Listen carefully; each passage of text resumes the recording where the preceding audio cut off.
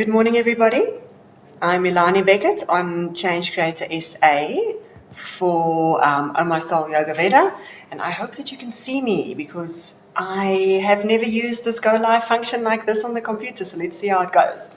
If you've been following along for the last 2 weeks or so since we started the lockdown here in South Africa, I'm doing the health section on Change Creator for Oh My Soul Yoga Veda, and we have now covered nutrition, we've covered digestion, we've spoken a little bit about how to get the body free from toxins, and in the last 2 days we have started concentrating a bit more on mental health.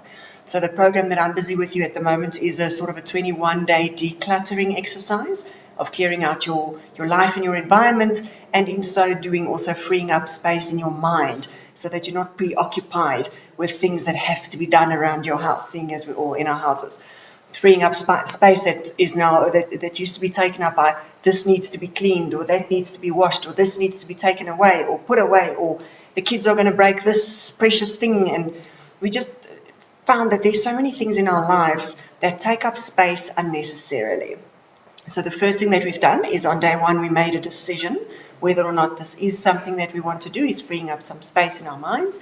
And on day two, we proceeded with the planning process, and our planning entailed planning exactly who we want to be, what we want to do with our lives, and how we see ourselves projecting into our future best version of us.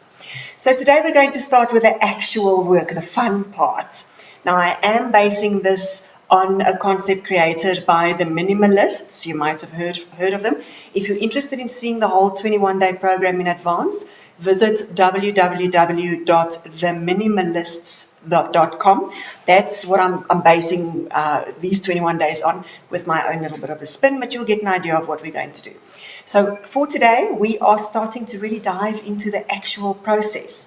Today, we're going to start packing. So the Minimalists call it a packing party, and I absolutely love that term.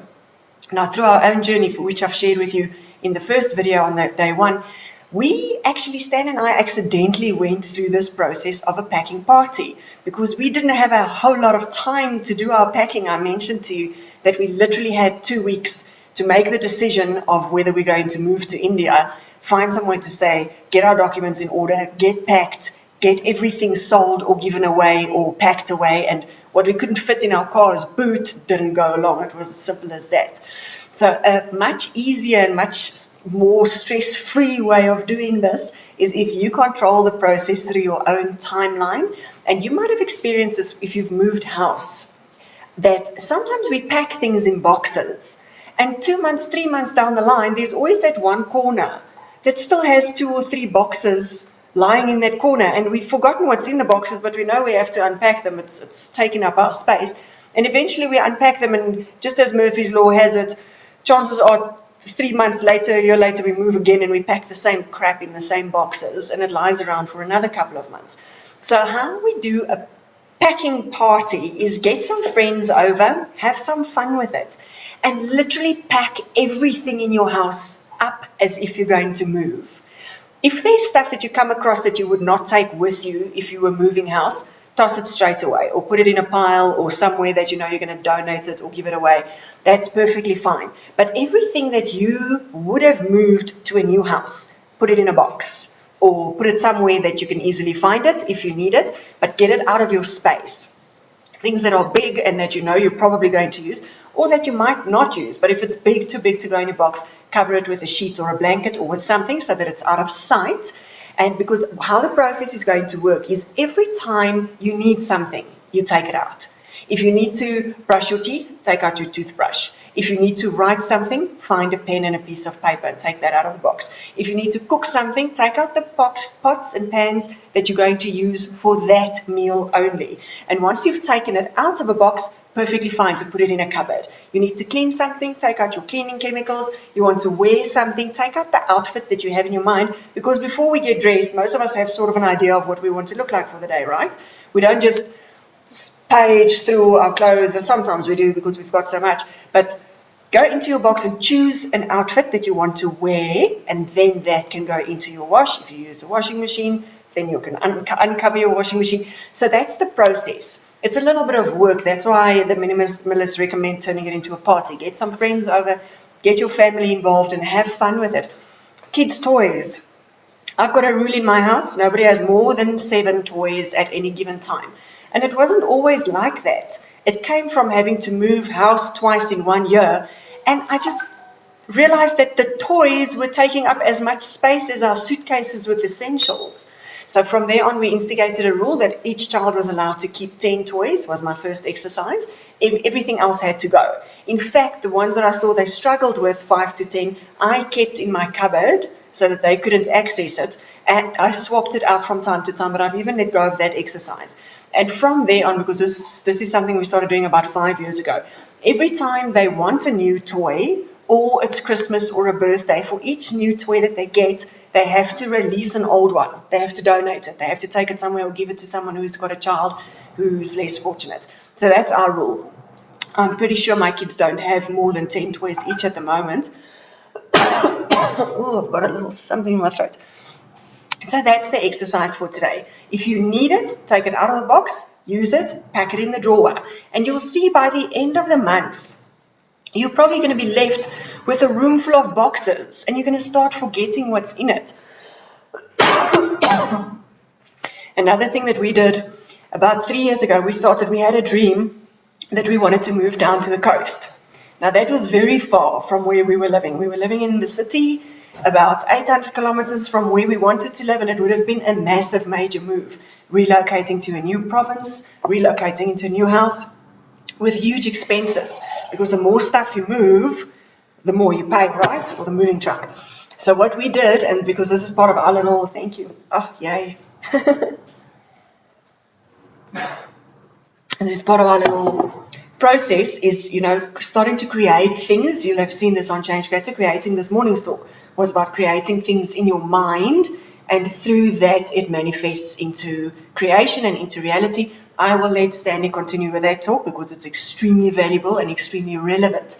So keep on following this page. Every day at 11 o'clock, Stanley will take us through that process. But what we did for our big move to go down to the coast was I actually started packing as if we were going to move round about March.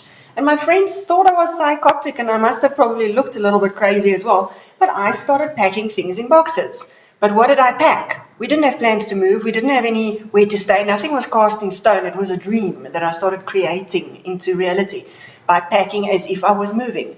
Now, because I was still living where I was actively living, what did I pack? The stuff I don't use.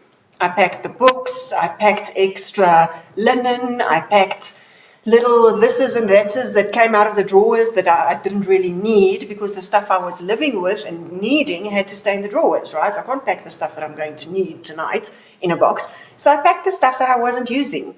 And guess what? By the time, about 7 months later, that we got an opportunity for this move to happen, I had a room full of boxes of stuff that I wasn't using, and I didn't even know what was in those boxes. So guess what I did? Those boxes didn't go to the coast with us. I accidentally did the thing, packing away and getting rid of the stuff that I wasn't actively using. So this made my life very easy to go and take it to cash converters or just drop it off at a hospice, donating stuff that I didn't need.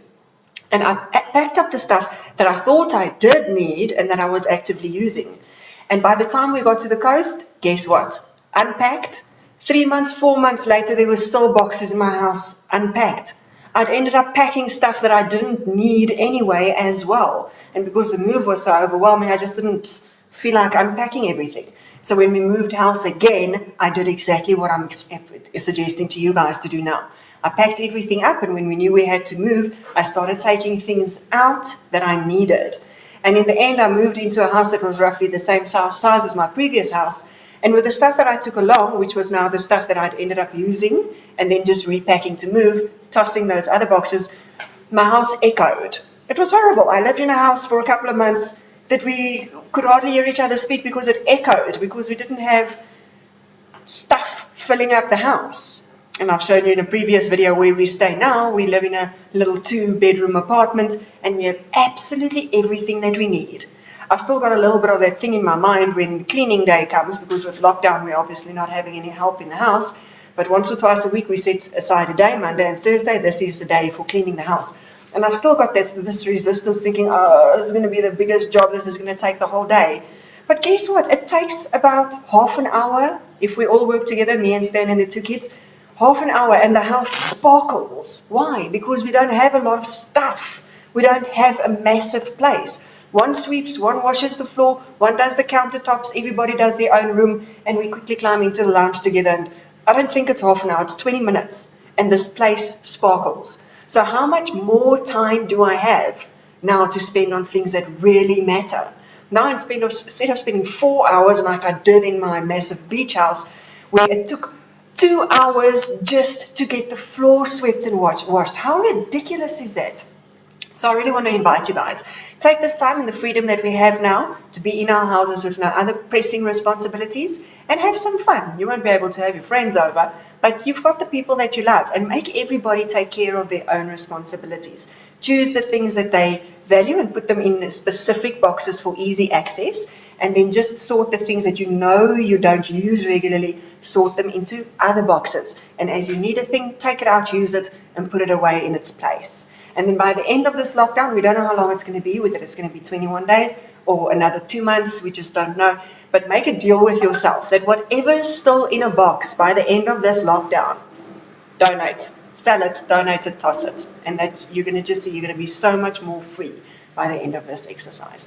So thank you very much for joining me. Stanley is going to rejoin us again now with his relationship advice. So very valuable stuff, little exercises that you can do while you are spending so much time with your loved ones.